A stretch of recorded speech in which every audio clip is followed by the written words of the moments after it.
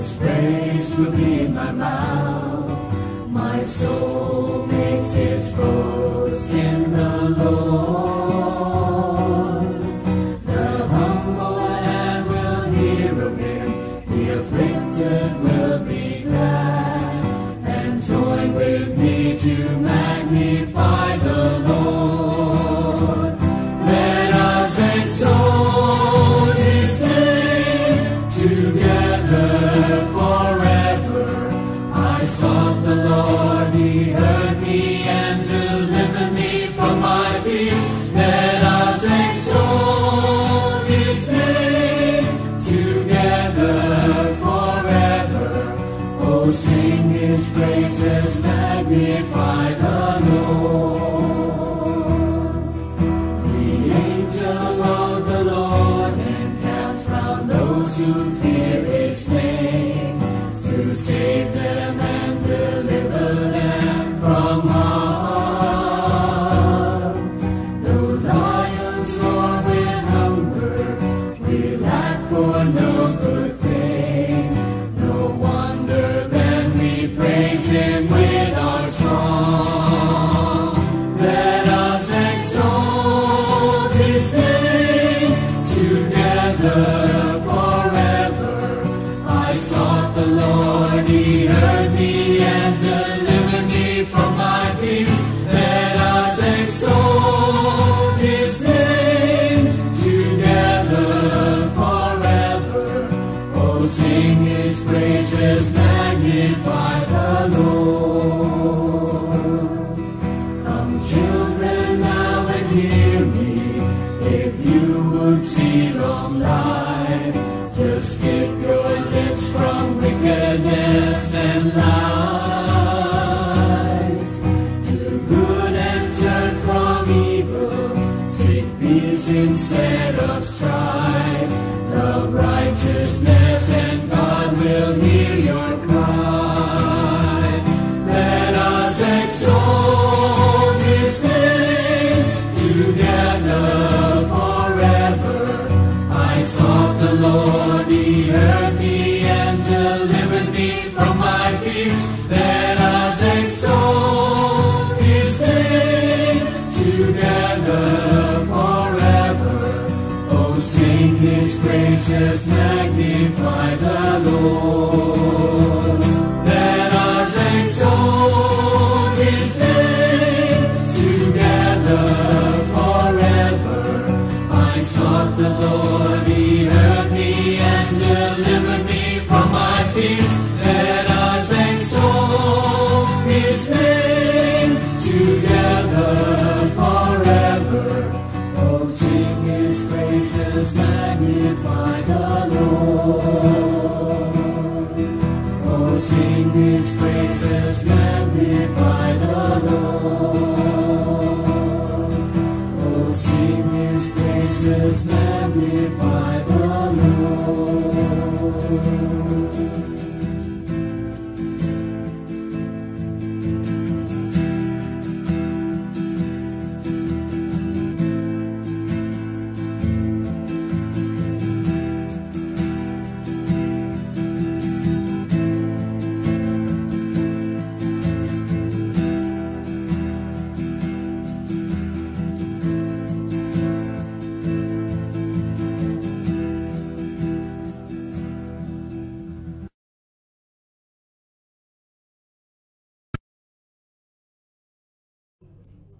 Bonsoir à tous. Merci d'être présents à ce rendez-vous quotidien, unis dans la foi pour la prière du soir. Que ma prière devant toi s'élève comme un encens et mes mains comme l'offrande du soir.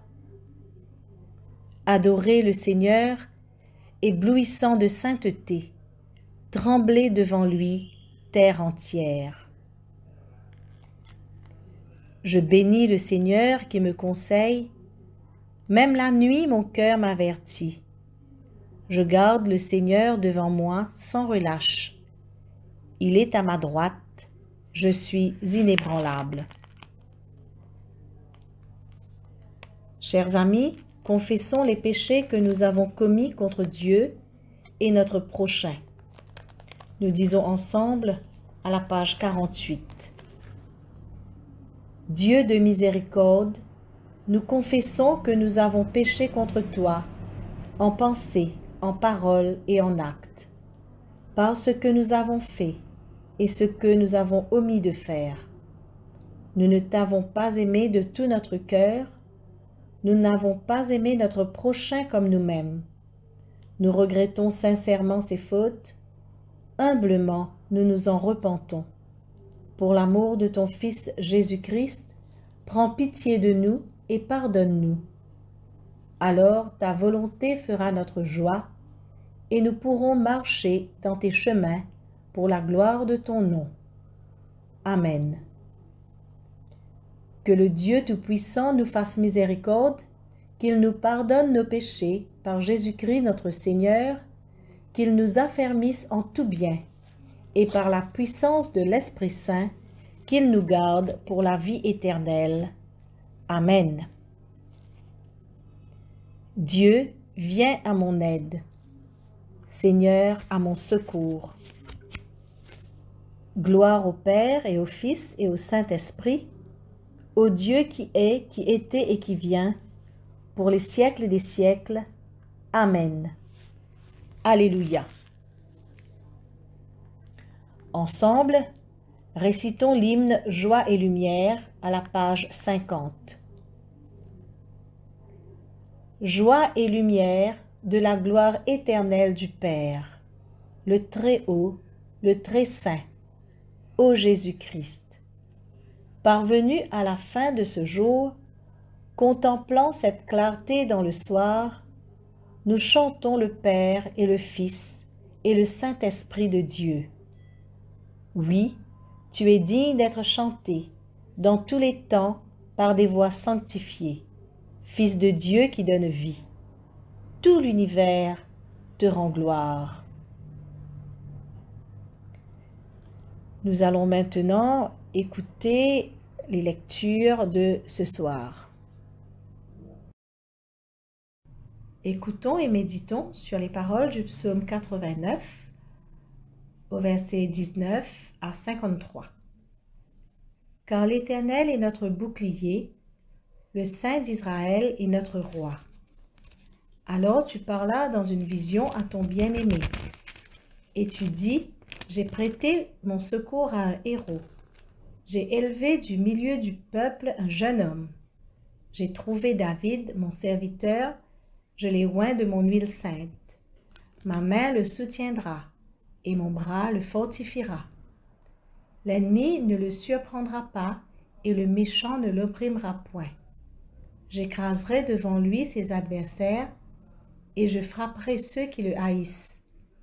Ma fidélité et ma bonté seront avec lui, et sa force s'élèvera par mon nom. Je mettrai sa main sur la mer et sa droite sur les fleuves. Lui, il m'invoquera. Tu es mon Père, mon Dieu, et le rocher de mon salut. Et moi, je ferai de lui le premier-né, le plus élevé des rois de la terre. Je lui conserverai toujours ma bonté, et mon alliance lui sera fidèle. Je rendrai sa postérité éternelle, et son trône comme les jours des cieux. Si ses fils abandonnent ma loi et ne marchent pas selon mes ordonnances, s'ils violent mes préceptes et n'observent pas mes commandements, je punirai de la verge leurs transgressions, et par des coups leurs iniquités. Mais je ne lui retirerai point ma bonté, et je ne trahirai pas ma fidélité. Je ne violerai point mon alliance, et je ne changerai pas ce qui est sorti de mes lèvres. J'ai juré une fois par ma sainteté, mentirai-je à David? Sa postérité subsistera toujours, son trône sera devant moi comme un soleil, comme le soleil. Comme la lune, il aura une éternelle durée. Le témoin qui est dans le ciel est fidèle. Et pourtant tu as rejeté, tu as repoussé, tu t'es irrité contre ton oint. Tu as dédaigné l'alliance avec ton serviteur. Tu as abattu, profané sa couronne. Tu as détruit toutes ses murailles. Tu as mis en ruine ses forteresses. Tous les passants le dépouillent. Il est un objet d'opprobre pour ses voisins. Tu as élevé la droite de ses adversaires. Tu as réjoui tous ses ennemis. Tu as fait reculer le tranchant de son glaive. Et tu ne l'as pas soutenu dans le combat. Tu as mis un terme à sa splendeur et tu as jeté son trône à terre. Tu as abrégé les jours de sa jeunesse. Tu l'as couvert de honte.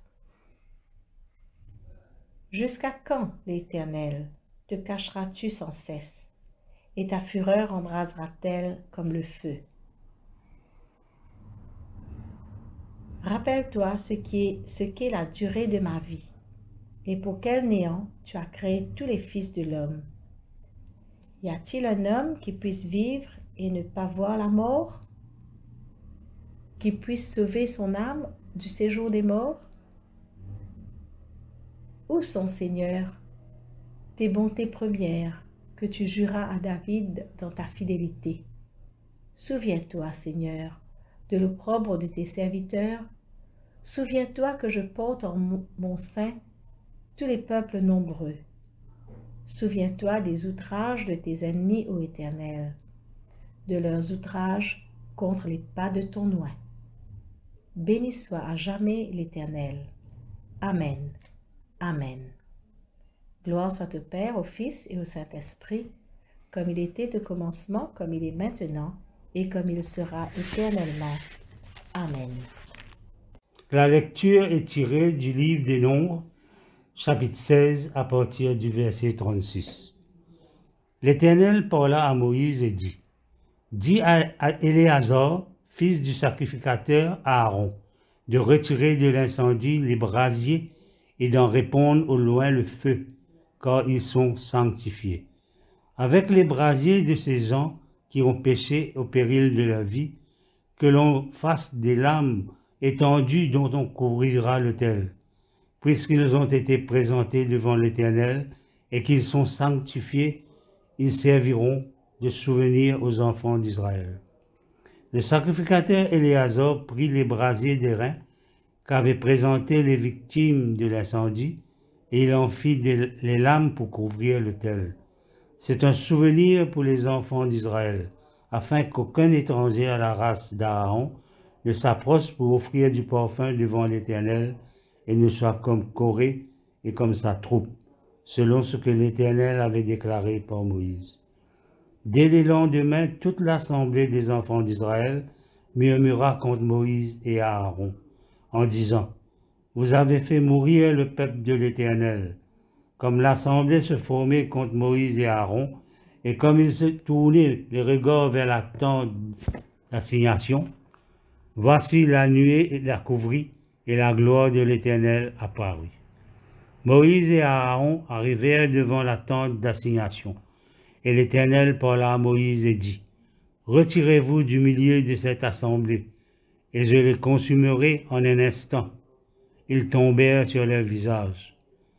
Et Moïse dit à Aaron, « Prends le brasier, mets-y du feu de dessus de l'autel, pose-y du parfum, va promptement vers l'assemblée et fais pour eux l'expiation, car la colère de l'Éternel a éclaté, la plaie a commencé. » Aaron prit le brasier, comme Moïse avait dit, et courut au milieu de l'assemblée, et voici, la plaie avait commencé parmi le peuple.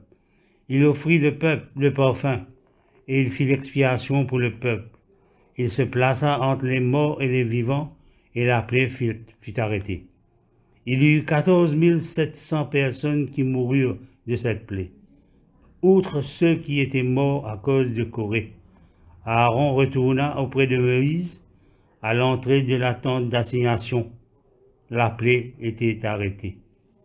Ici se termine la lecture. La lecture est tirée de l'Évangile de Luc au chapitre 6, les versets 39 à 49. Il leur dit aussi cette parabole. Un aveugle, peut-il conduire un aveugle? Ne tomberont-ils pas tous deux dans une fosse? Le disciple n'est pas plus que le maître. mais tout disciple accompli sera comme son maître. Pourquoi vois-tu la paille qui est dans l'œil de ton frère et n'aperçois-tu pas la poutre qui est dans ton œil? Ou comment peux-tu dire à ton frère, « Frère, laisse-moi ôter la paille qui est dans ton œil, toi qui ne vois pas la poutre qui est dans le tien. » Hypocrite, ôte premièrement la poutre de ton œil, et alors tu verras comment ôter la paille qui est dans l'œil de ton frère. Ce n'est pas un bon arbre qui porte du mauvais fruit, ni un mauvais arbre qui porte du bon fruit, car chaque arbre se connaît à son fruit. On ne cueille pas des figues sur des épines, et l'on ne vendange pas des raisins sur des ronces. L'homme bon tire de bonnes choses du bon trésor de son cœur, et le méchant tire de mauvaises choses de son mauvais trésor, car c'est de l'abondance du cœur que la bouche parle. Pourquoi m'appelez-vous Seigneur, Seigneur, et ne faites-vous pas ce que je dis? Je vous montrerai à qui est semblable tout homme qui vient à moi, entend mes paroles et les met en pratique. Il est semblable à un homme qui, bâtissant une maison, a creusé profondément et a posé le fondement sur le roc.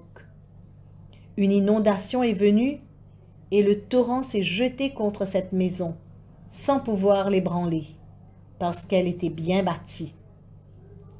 Mais celui qui entend et ne met pas en pratique est semblable à un homme qui a bâti une maison sur la terre, sans fondement.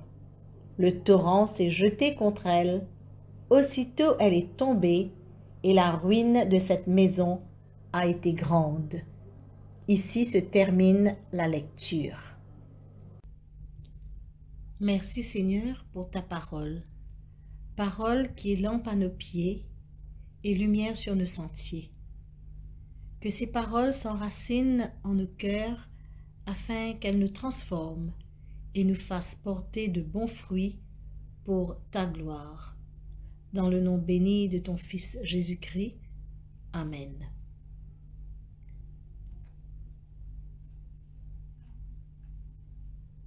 Frères et sœurs en Christ, ce soir Jésus nous interpelle. Dans ces versets que nous venons de lire, à considérer notre manière d'être son disciple et à nous auto-évaluer pour savoir, comme il est mentionné au verset 40 de l'évangile de Luc au chapitre 6, si nous sommes des disciples accomplis qui sont comme lui. C'est vrai que ce n'est pas toujours notre première réaction que de se juger soi-même. Il est tellement plus facile de critiquer l'autre, ce qui nous permet de rabaisser l'autre et de nous élever. Jésus nous conduit à nous remettre en question, à considérer notre comportement pour déterminer si nous nous conformons à ses enseignements, à ce qu'il attend de chacun de nous comme ses disciples.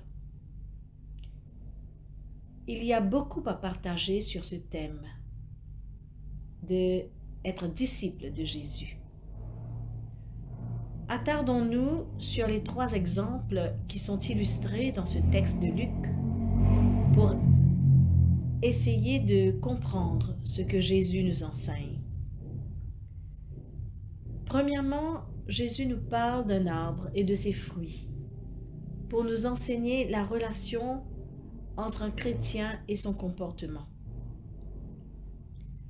Tout comme on reconnaît un arbre à son fruit, on reconnaît aussi un chrétien de par son comportement dans ce monde.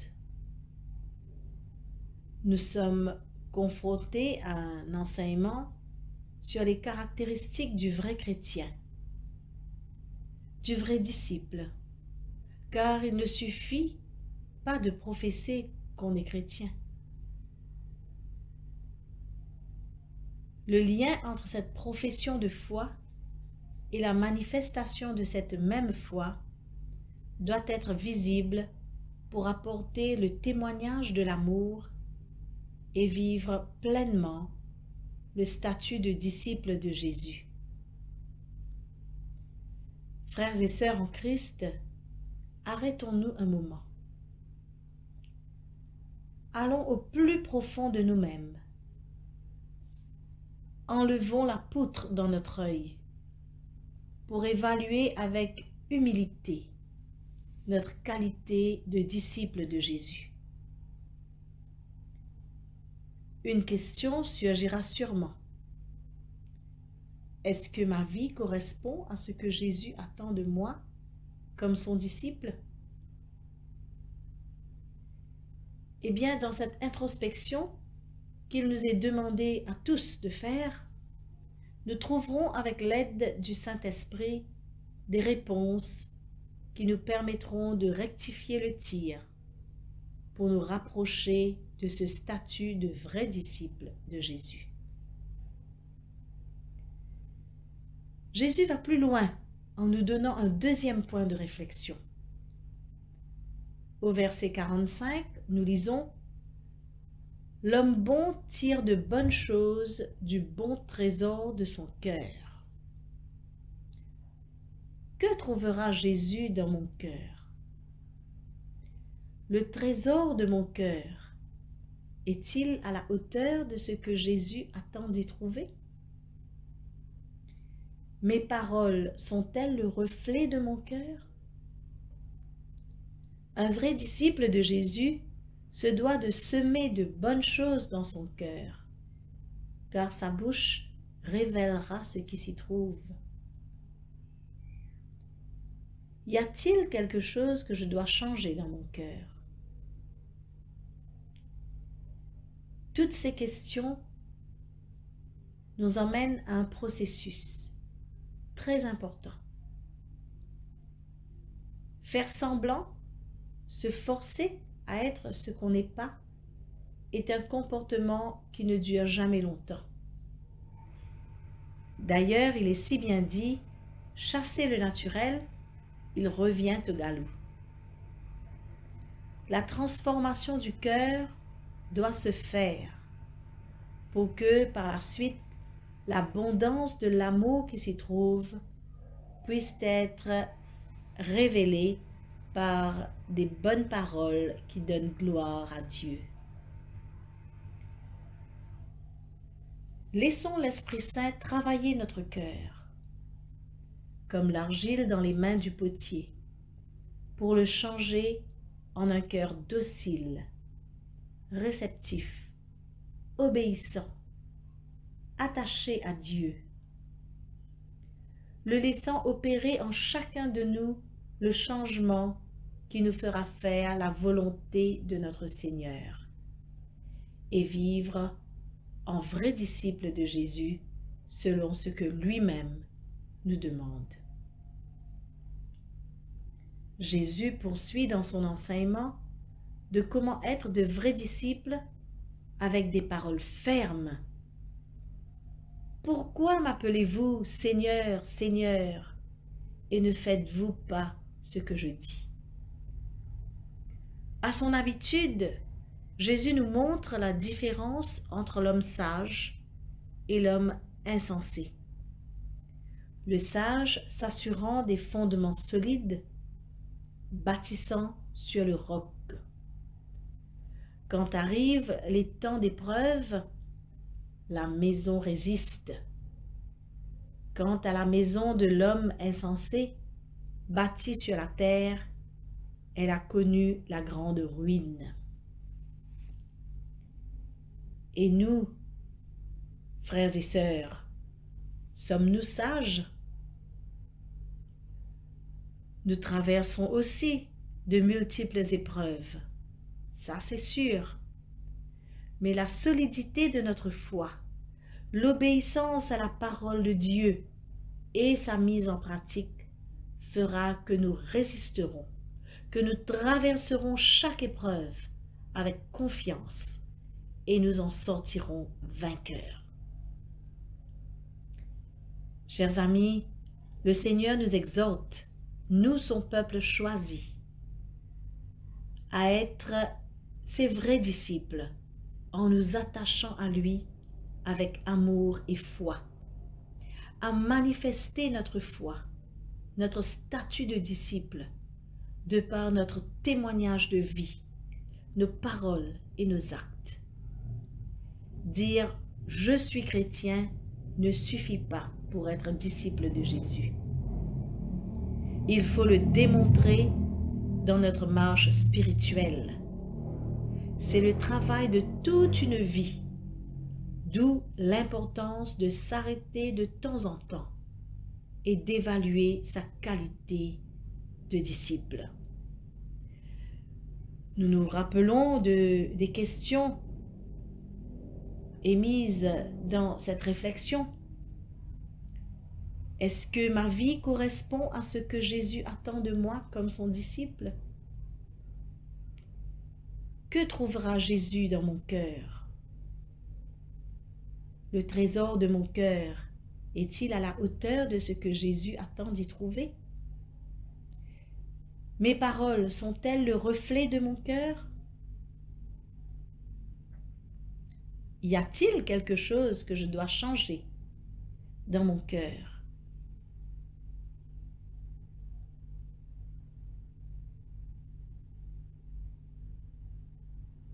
Chers amis, honorons notre Seigneur Jésus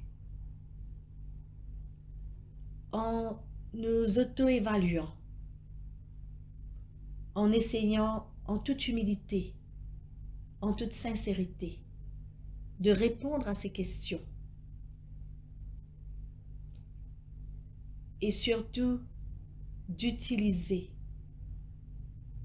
tout ce que Jésus met à notre disposition, tout l'exemple qu'il nous a donné pour nous changer en de meilleurs disciples, en de vrais disciples.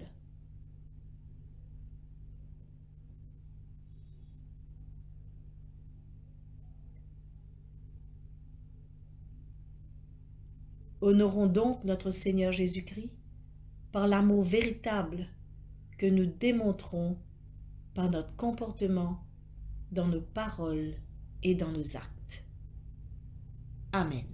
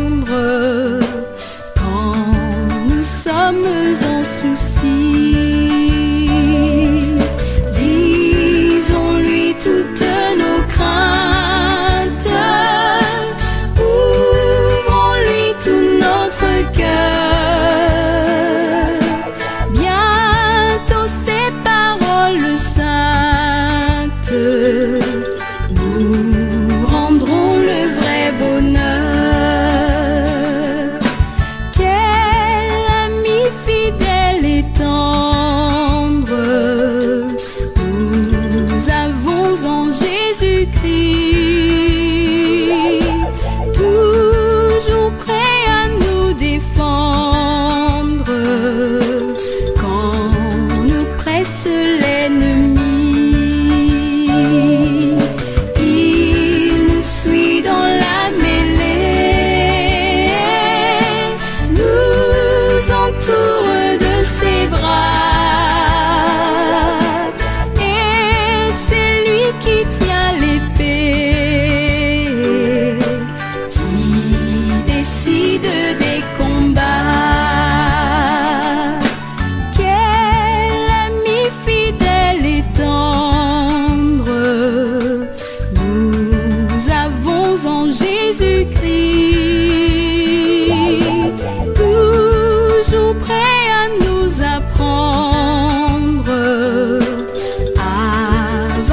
en comptant sur lui. S'il nous voit vrais et sincères à chercher la sainteté, il écoute nos prières et nous met en liberté. Quel ami fidèle et tendre nous avons en Jésus-Christ. Bientôt il viendra nous prendre pour être au ciel avec lui. Suivons donc l'étroite voie en comptant sur son secours. Bientôt nous aurons la joie de vivre avec lui toujours.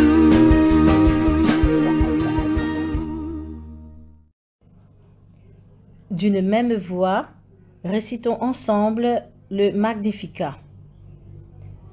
Mon âme exalte le Seigneur, exulte mon esprit en Dieu mon Sauveur.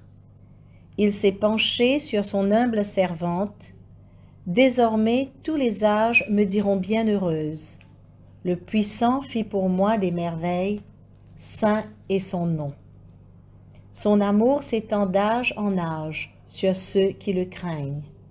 Déployant la force de son bras, il disperse les superbes, il renverse les puissants de leur trône, il élève les humbles. Il comble de bien les affamés, renvoie les riches les mains vides. Il relève Israël, son serviteur, il se souvient de son amour, de la promesse faite à nos pères, en faveur d'Abraham et de sa race, à jamais. Gloire au Père et au Fils et au Saint-Esprit, pour les siècles des siècles. Amen. Nous récitons maintenant le symbole des apôtres. Je crois en Dieu, le Père Tout-Puissant, Créateur du ciel et de la terre, et en Jésus-Christ, son Fils unique, notre Seigneur, qui a été conçu du Saint-Esprit, est né de la Vierge Marie, a souffert sous Ponce Pilate, a été crucifié, est mort et a été enseveli, est descendu aux enfers.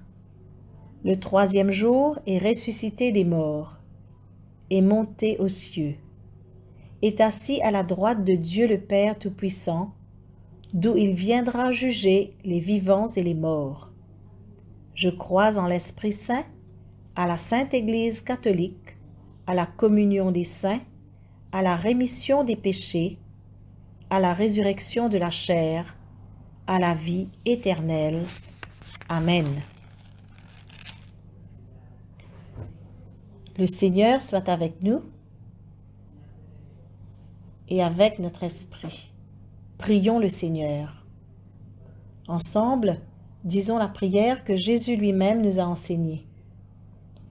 Notre Père, qui es aux cieux, que ton nom soit sanctifié, que ton règne vienne, que ta volonté soit faite sur la terre comme au ciel. Donne-nous aujourd'hui notre pain de ce jour. Pardonne-nous nos offenses, comme nous pardonnons aussi à ceux qui nous ont offensés. Et ne nous soumets pas à la tentation, mais délivre-nous du mal. Car c'est à toi qu'appartiennent le règne, la puissance et la gloire, dans les siècles des siècles. Amen. Nous allons prendre l'invocation B. Demandons au Seigneur que ce soir tout entier soit parfait, saint, paisible et sans péché. Nous t'en supplions, Seigneur. Que tes saints anges nous conduisent dans les voies de la paix et de la bonne volonté. Nous t'en supplions, Seigneur. Que nous obtenions le pardon de nos péchés et la rémission de nos fautes. Nous t'en supplions, Seigneur. que tu accordes la paix à ton Église et au monde entier. Nous t'en supplions, Seigneur. Que notre vie ait une fin chrétienne dans la foi et le respect de ton nom, et que nous ne soyons pas condamnés au redoutable tribunal du Christ. Nous t'en supplions, Seigneur. Que nous soyons unis par le Saint-Esprit à la communion de tous les saints, nous confiant les uns les autres au Christ et lui offrant toute notre vie. Nous t'en supplions, Seigneur. Collecte pour la paix. Ô Dieu, qui nous fait désirer ce qui est saint, choisir ce qui est juste et accomplir ce qui est bon, donne à tes serviteurs cette paix que le monde ne peut donner, afin que nos cœurs s'attachent à tes commandements, et que, délivrés de la crainte de tout ennemi, nous puissions vivre dans le calme et la tranquillité. Par Jésus le Christ, notre Seigneur. Amen. Collecte pour demander la protection divine. Ô Dieu, tu es la vie de tous les vivants, la lumière des croyants, la force de ceux qui peinent et le repos des défunts. Nous te rendons grâce pour les bienfaits de ce jour qui s'achève et nous implorons ta protection pour la nuit qui vient. Conduis-nous en sûreté jusqu'aux heures du matin. Nous te le demandons par celui qui est mort et ressuscité pour nous, ton Fils Jésus-Christ, notre Sauveur. Amen. Collecte pour demander la présence du Christ. Reste avec nous, Seigneur, car il se fait tard et déjà le jour baisse. Sois notre compagnon sur la route. Enflamme notre cœur, ravive notre espérance, pour que nous découvrions dans les Écritures et dans le pain partagé. Nous te le demandons dans ta tendresse. Amen. Ô Dieu et Père de tous, toi que tous les cieux glorifient, fais que la terre entière t'adore et te chante, que toutes les nations t'obéissent, que toutes les langues te confessent, et que partout les peuples t'aiment et te servent dans la paix. Par Jésus le Christ, notre Seigneur. Amen.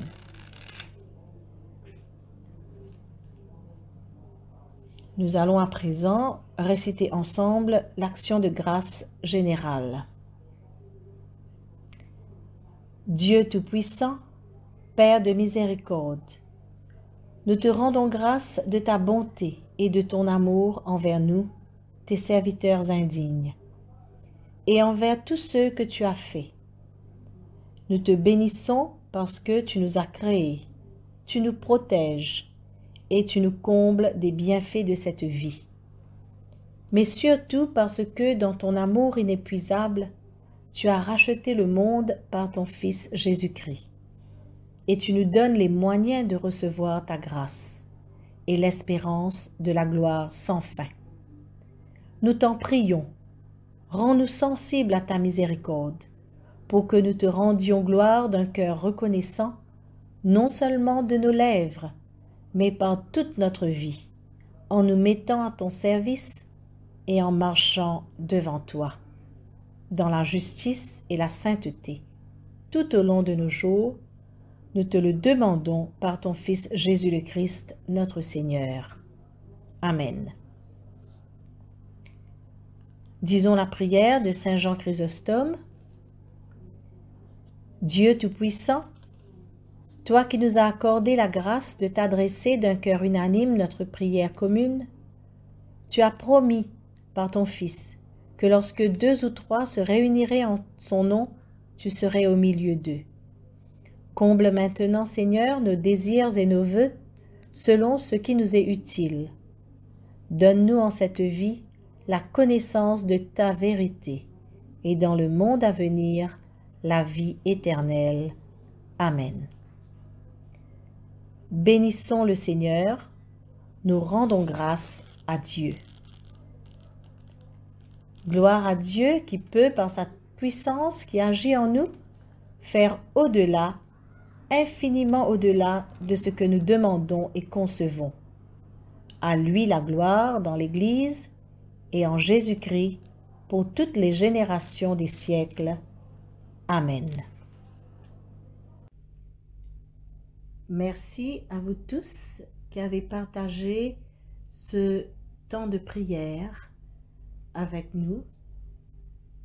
Nous vous souhaitons une très bonne nuit sous le regard bienveillant de notre Seigneur.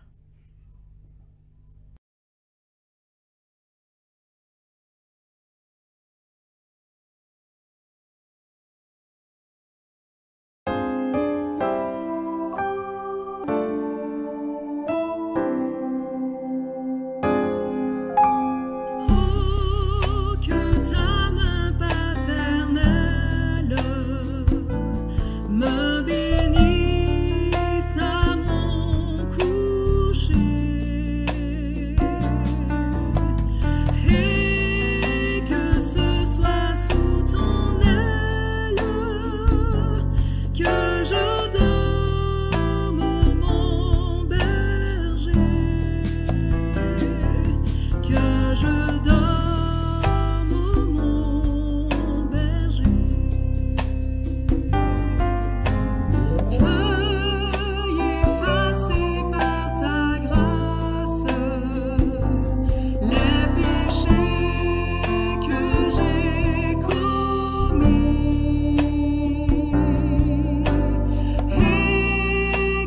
ton